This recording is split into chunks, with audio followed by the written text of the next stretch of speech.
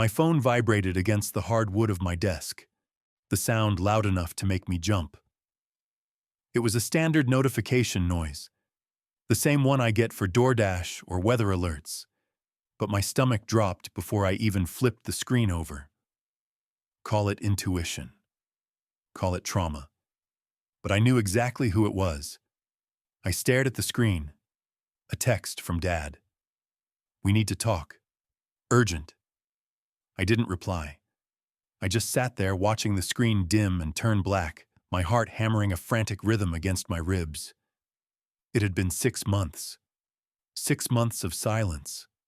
6 months of peace. 6 months since I walked out of my childhood home with a trash bag of clothes and the terrifying realization that my family didn't love me. They just loved what I could do for them. I'm Evan. I'm 27, I work in logistics, and for the last 5 years, I was the unofficial ATM for 3 adults who refused to grow up. To understand why that single text message made me feel like I was going to throw up, you have to understand the dynamic. It wasn't just that I helped out. Helping family is normal.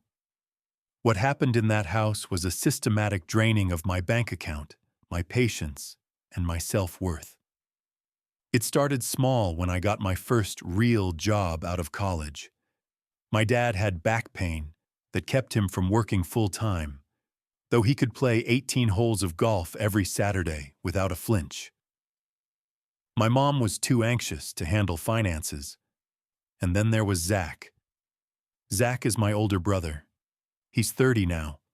He's the golden child, the fragile genius, the entrepreneur who is always one investing round away from being a billionaire, but currently needs $20 for vape pods. For years, the script was the same. I'd come home from a 10-hour shift, exhausted, and find them sitting around the TV. The lights were on because I paid the electric bill. The fridge was full because I did the grocery run on Sunday. The Wi-Fi they were using to scroll TikTok? My credit card on autopay. If I ever brought it up, if I ever dared to suggest that maybe, just maybe, Zach could get a part-time job at Starbucks, the guilt trip would hit me like a freight train. "Evan, don't be cruel," Mom would say, clutching her chest. "You know your brother isn't built for that kind of stress. He's an artist. He needs time to cultivate his vision."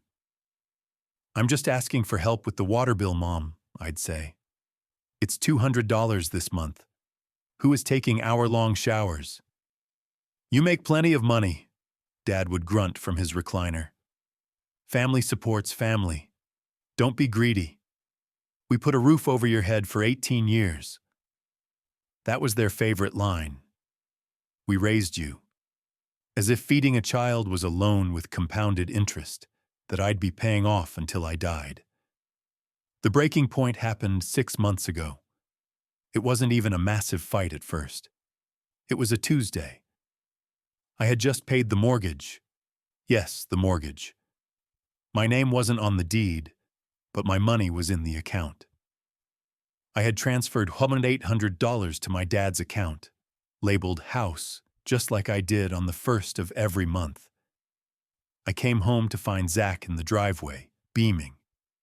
He was leaning against a used BMW convertible. It wasn't new, but it was flashy. "Check it out, Ev," he grinned, spinning the keys on his finger. "Investment piece. Gonna flip it in a few months for double." I froze. "Where did you get the money, Zach?" "Mom and Dad loaned it to me, seed capital." My blood ran cold. I walked inside. "Mom? Dad?" They were in the kitchen, eating takeout sushi. Takeout I hadn't bought. "Did you give Zach money for a car?" I asked, my voice shaking. "It's an asset, Evan," my dad said, dipping a roll in soy sauce. "He's going to flip it." "With what money?" I demanded. "You told me you were short on the property tax last week. You told me you needed extra from me." "We used the house money," Mom said casually, as if she were talking about buying milk. We can pay the mortgage late. There's a grace period. Zach needed this opportunity now. Don't be jealous. Jealous. That was the word that snapped something inside my brain. I wasn't jealous. I was being cannibalized. I didn't yell. I didn't scream. I just felt this strange, icy clarity wash over me. I went to my room, grabbed a duffel bag, and started throwing things in. Laptop, chargers, work clothes. Mom appeared in the doorway 5 minutes later, her face twisting from confusion to rage when she saw the bag. "What are you doing?" she snapped. "I'm leaving," I said. "I'm done. You spent the mortgage money on a car for Zach. You can figure out the mortgage yourselves." "You can't do that," she hissed, stepping into the room to block my path. "You have obligations here. You live here." "Not anymore." Then came the ultimatum, the one she thought would freeze me in my tracks. She drew herself up to her full height, pointing a finger in my face. "If you walk out that door, Evan, don't you dare come crawling back. If you leave us to struggle, you are no son of mine. You abandon this family, and you are dead to us." I looked at her, really looked at her, and realized she wasn't scared of losing her son. She was scared of losing her income. "Okay," I said. I pushed past her, walked out the front door, past Zach admiring his BMW, and got into my Honda Civic. I drove to a motel, blocked their numbers, and cried for 3 hours. That was 6 months ago. Since then, I've gotten an apartment. I've saved money. I've started sleeping through the night. I unblocked them after a month, mostly out of morbid curiosity, but I never reached out. And they never reached out to me. "No, I miss you. No, I'm sorry." Just silence. Until today. I looked at the phone again. The screen lit up with a second text. "Dad. Pick up, now." My thumb hovered over the block button. I should have pressed it. I should have thrown the phone into the ocean. But the conditioning runs deep. The fear that something was actually wrong, that maybe someone was in the hospital, won out. I typed back, "I'm at work. Is someone hurt?" The response was immediate. 3 dots dancing, then, "Dad. The only thing hurting is this family because of your selfishness. We need $2,500 by tomorrow. Transfer it to the joint account." I let out a harsh, dry laugh in my empty office. Of course, it wasn't an emergency. It was a shakedown. Me. No. I set the phone down. My hands were shaking, but I felt strong. I had said no. The phone rang. It was my mom this time. I sent it to voicemail. Then Zach called. Voicemail. Then Dad again. My phone was blowing up. Text messages started pouring in. A stream of consciousness abuse that I could read from the lock screen. Mom. How dare you ignore your father? Zach. Bro, don't be a dick. Serious stuff going on. Dad. You think you're a big man now? You think you're better than us?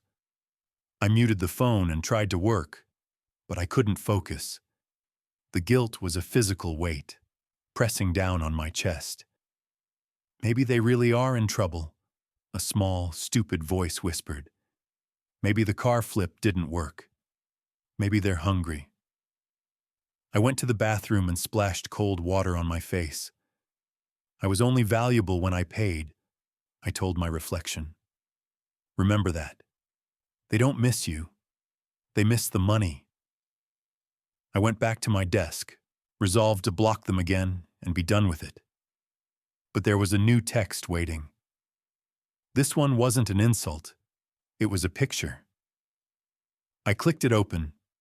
It was a photo of a letter, crumpled and smoothed out on the kitchen table.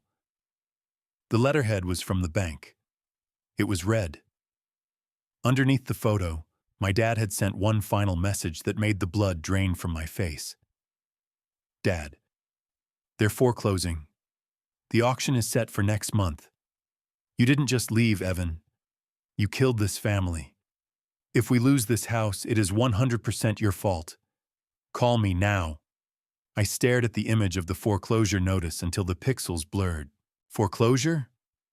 It didn't make sense. I left 6 months ago. Even if they hadn't paid a dime since I walked out, foreclosure usually takes longer than that. Banks send warnings. They try to negotiate. You have to be significantly behind for them to schedule an auction. My finger hovered over the call button. The guilt was screaming at me now. You did this. You left them. You knew they were incompetent. But then, the logistics part of my brain, the part that manages supply chains and spots discrepancies for a living, kicked in. The math didn't add up. I didn't call my dad. I called the bank. I still had the account information memorized. My name wasn't on the loan, but I was listed as an authorized party because I'd spent years calling them to sort out issues my parents caused. I navigated the automated menu, my knee bouncing nervously under my desk. "This is Sarah from Mortgage Services. How can I help you?" "Hi, Sarah. My name is Evan. I'm calling about the mortgage on 42 Maple Drive. Verification code 8842. There was a pause, the sound of typing. "Okay, Evan, I see you're authorized. What can I do for you?" I just got a photo of a foreclosure notice. I'm trying to understand the timeline. When was the last payment made on this account?" Another pause. Longer this time. "Let me pull up the history." "Okay. The last full payment we received was 8 months ago." I froze. 8 months? "Yes, sir. There was a partial payment made 7 months ago, but it was returned for insufficient funds. Since then, zero activity." My brain short-circuited. "Wait, 8 months ago? That's 2 months before I moved out." "That appears to be correct, sir." I thanked her, hung up, and sat in stunned silence. I moved out 6 months ago. For the last 2 months I lived there. I had personally transferred the mortgage money to my dad's account. I watched the money leave my bank. I saw the transaction. Transfer to Dad. House. They hadn't paid it.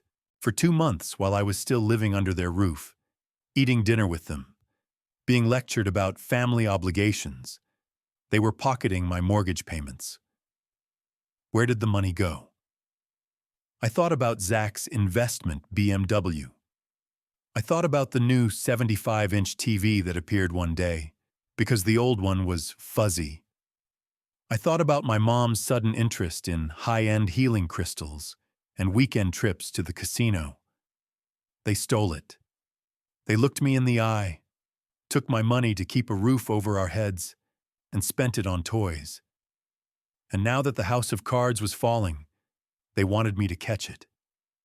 The sadness evaporated. The guilt vanished. All that was left was a cold, hard rage. I picked up my phone. I didn't text back. I got in my car.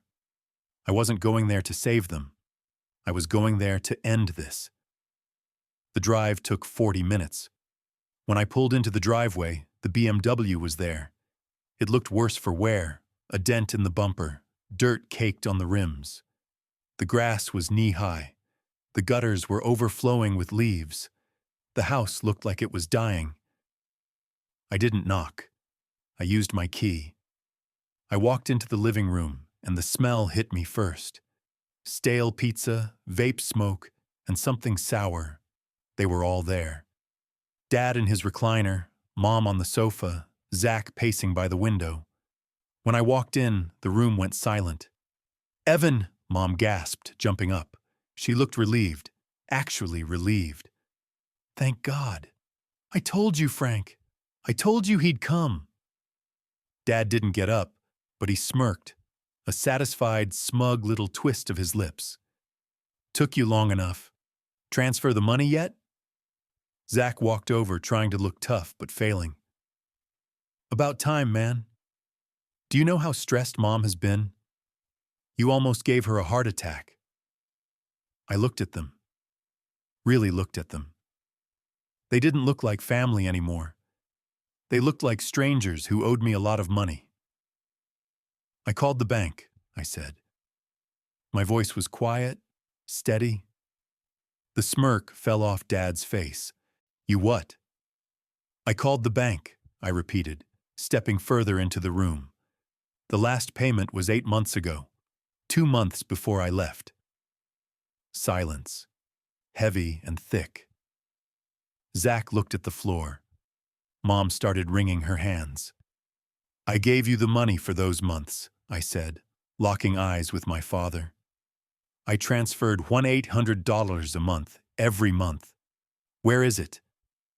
Don't you interrogate me, Dad shouted, his face turning red. The bluster was back, the defense mechanism of a man caught red-handed.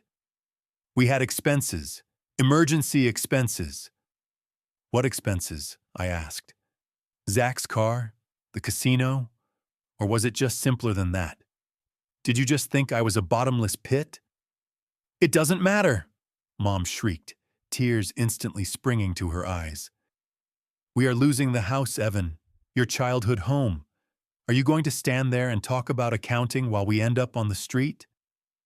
Yes, I said. That stopped her cold. Excuse me? You stole from me, I said. You took money for the roof over our heads and spent it on garbage? And now you want me to pay $2,500 to stop a foreclosure that you caused? It's $12,000, actually, Zach mumbled. I whipped my head toward him. What? To stop the auction, Zach said, voice cracking. We need $2,500 for the lawyer to file a delay, but the bank wants $12,000 in arrears to reinstate the loan. I laughed. I couldn't help it. It was a dark, bitter sound. So you called me here to ask for $2,500, knowing it wouldn't even fix the problem? You were just going to take that too, weren't you? We were going to fix it, Dad yelled, slamming his hand on the armrest. I have a deal coming through next week, a settlement. There is no settlement, Dad, I shouted back, my voice finally rising. There is no deal, there is no plan. There is only me, paying for everything while you three leech off me. You ungrateful little... Dad struggled to get up from the chair. I am not ungrateful. I stepped closer, looming over him. I was obedient, I was loyal, and you exploited that. You didn't raise a son. You raised an insurance policy. If you don't help us, Mom whispered, her voice trembling with venom. I swear to God, Evan, I will tell everyone. I will tell the rest of the family that you let your elderly parents become homeless. You will be a pariah. Go ahead, I said. Tell them. Tell Aunt Lisa. Tell Grandma. While you're at it, show them the bank statements. Show them the transfer history where I sent you thousands of dollars that you stole. Mom paled. She knew Aunt Lisa would tear her apart. I'm leaving, I said, turning around. Wait! Zach grabbed my arm. Evan, seriously, stop. You can't just leave. What are we supposed to do? I looked at his hand on my arm until he let go. Sell the BMW, Zach. That should cover the lawyer. I can't, he whined. The transmission is blown.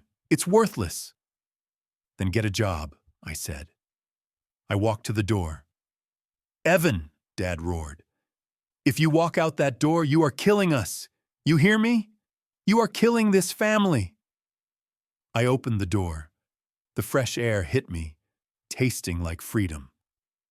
I'm not killing this family, I said, looking back at them one last time. This family died a long time ago. I'm just finally attending the funeral. I slammed the door. I marched to my car, got in, and locked it. My hands were shaking so hard I couldn't get the key in the ignition. I took a deep breath. 1, 2, 3.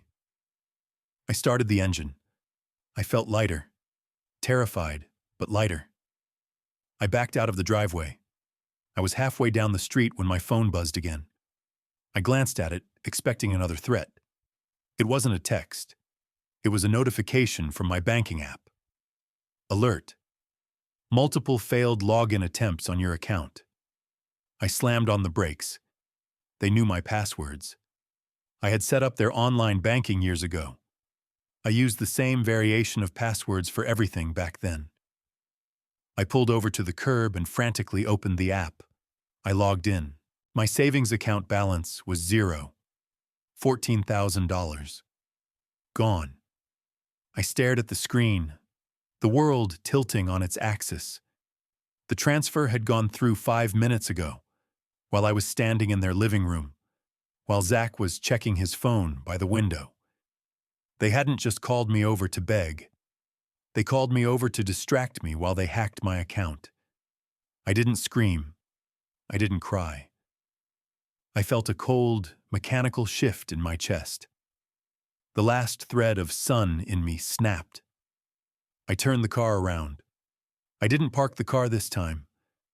I left it running in the middle of the driveway, the driver's side door hanging open. I marched up the walkway. The front door was still unlocked. I didn't turn the handle. I shoved it open with my shoulder, the wood groaning against the frame as it slammed into the interior wall. The tableau in the living room had changed. The tension was gone. Dad was leaning back in his recliner with his eyes closed, a look of profound relief on his face. Mom was weeping softly into a tissue. Zach was tapping furiously on his phone, a small, triumphant smile playing on his lips. They looked like people who had just won the lottery. When I stormed in, Zach looked up, and for a split second he looked annoyed. Not scared, annoyed, like I was interrupting his victory lap. "Evan?" Mom blinked, wiping her eyes. "Did you forget something?" "Give me the phone, Zach," I said. My voice wasn't loud. It was a low, guttural growl that I didn't recognize. "What?" Zach scoffed, shielding the screen against his chest. "Chill out, man. We're handling business. You should be happy. We're saving the house." "You hacked my account," I said, stepping closer. "You guessed my password and transferred $14,000 out of my savings. That's every cent I have." Dad opened his eyes. He didn't look ashamed. He looked defiant. "We borrowed it," Dad said, waving a dismissive hand. "Don't be dramatic. It's a family emergency. We'll pay you back when the settlement comes through." "There is no settlement," I roared, the sound tearing through the room. "You stole my money. That is grand larceny. That is wire fraud." "We're your parents," Mom screamed back, standing up. "We gave you life. You owe us." "I don't owe you my future." I lunged for Zach. He scrambled back over the sofa, looking terrified for the first time. "Whoa, get off me!" I stopped. I took a breath. Physical violence would only put me in jail. I needed to be smarter. I needed to be the cold, unfeeling logistics manager they hated. I pulled out my own phone. I held it up so they could see the screen. I dialed 3 numbers, 911. I hovered my thumb over the call button. "What are you doing?" Mom whispered, her face going pale. "I'm reporting a theft," I said. $14,000 stolen via unauthorized computer access. I know who did it. I'm standing in front of them." "You wouldn't," Dad sneered. "You wouldn't call the cops on your own brother, on your father. You don't have the guts." "Try me," I said. "You have 30 seconds to transfer the money back. If that money isn't in my account by the time I count down, I press call. And Zach, since you're the one holding the phone, you're the one who goes away for cybercrime. Felonies don't look good on a resume for an entrepreneur." "Dad!" Zach yelped, looking at our father. "Dad, tell him to stop." He's bluffing, Dad grunted. Call his bluff. 20 seconds, I said. My thumb didn't shake. I was dead serious. In that moment, I wanted them to suffer more than I wanted the money. Evan, please, Mom wailed. We already initiated the transfer to the bank. If we reverse it, the house is gone. The house is already gone, Mom, I yelled. You just haven't accepted it yet. 10 seconds. Zach looked at the phone in his hand, then at me. He saw something in my eyes. Maybe the reflection of the months of neglect, the years of financial abuse, the absolute zero level of empathy I had left. I'm sending it back, Zach screamed. Don't you dare, Dad shouted. Zachary, do not. I'm not going to jail for you, Dad, Zach yelled back. He was tapping frantically. I'm sending it. It's pending. Okay, confirmed. It's gone. It's back in your account. My phone buzzed. I checked the notification. Deposit received, $14,000. I canceled the 911 call and shoved the phone into my pocket. The relief that washed over me was so intense my knees almost buckled, but I stayed standing. I had to finish this. The room was silent. Dad was staring at the floor, his face purple with rage. Mom was sobbing into her hands, muttering about how I had destroyed them. Zach was slumped on the sofa, looking defeated. You are a traitor, Dad whispered without looking up.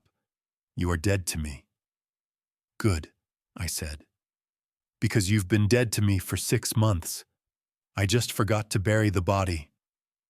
I looked at Zach. Change the passwords on the streaming services. I'm canceling my cards today. The gravy train is over. The ATM is out of order. Where are we supposed to go? Mom asked, looking up with tear-streaked mascara. Evan, where will we live? I looked around the living room. The peeling paint, the stench of neglect, the symbol of their entitlement. I don't know, I said. And for the first time in my life, I don't care. I turned around and walked out. I didn't slam the door this time. I left it open. Let the cold air in. Let the reality in. That was 2 months ago. The fallout was exactly what you'd expect, and yet completely silent on my end. I went to the bank the next morning and closed every account I had. I opened new ones at a different bank, with a different email address, and 2-factor authentication linked to a burner phone number they didn't have. I locked down my credit. I made myself a ghost. I didn't block them immediately. I wanted to see the end. A week later, the texts started. Not angry ones, desperate ones. Evan, please, the auction is Friday. Evan, we have nowhere to go. Evan, your father is having chest pains. I didn't reply. I knew that chest pains were a lie, just like the back pain, just like the settlement. Then, silence. I found out what happened through an aunt I rarely speak to. She called me furious, demanding to know why I let my parents get evicted. They told me you stole their retirement money, she spat. They said you promised to pay the mortgage and then ran off with the cash. I didn't argue. I didn't try to defend myself. I just sent her a PDF. It was a single document containing the bank statements, showing the years of transfers, the foreclosure timeline, and the screenshot of the unauthorized access alert. She never texted back. But I heard through the grapevine that she didn't offer them a guest room either. The house was sold at auction last month. A flipper bought it. They're gutting it now. I drove by it once just to see. There was a dumpster in the driveway. I saw the old recliner my dad used to sit in, sticking out of the top of the trash heap. It looked small. As for them? Zach moved in with a girlfriend he's been dating for 2 weeks. I give it a month before she realizes he's a parasite. Mom and Dad are staying in a motel on the outskirts of town. My aunt said Dad is trying to get disability, and Mom is working part-time at a bakery. Actual work. For the first time in 20 years. I sat in my apartment last night, eating dinner. It was quiet. The lights were on because I paid the bill. The fridge was full because I bought the groceries. My phone was silent. For years, I thought that silence would feel lonely. I thought cutting them off would feel like losing a limb. But as I sat there, looking at my bank account balance, steady, growing, mine, I realized something. I didn't lose a family. I lost a subscription to a service I never wanted. I was only valuable when I paid. Now that I've stopped paying, I'm finally free to be valuable to the only person who matters, myself.